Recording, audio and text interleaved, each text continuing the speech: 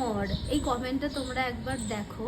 Basically আমি খুব একটা কমেন্টে রিপ্লাই ভিডিও করি না, কিন্তু এই কমেন্টটা দেখে সত্যি আমার খুবই খারাপ লাগলো, সেই কারণে আমি ভিডিওটা করতে বাধ্য হলাম। আর তোমরা অনেকে আপডেট চেয়েছিলে যে আমার শরীরটা কেমন আছে, সেই কারণেই আমি ভিডিওটা করেছিলাম। আর এরকমভাবে কাউকে মর বা এরকম টাইপের কমেন্ট কাউকে করো না।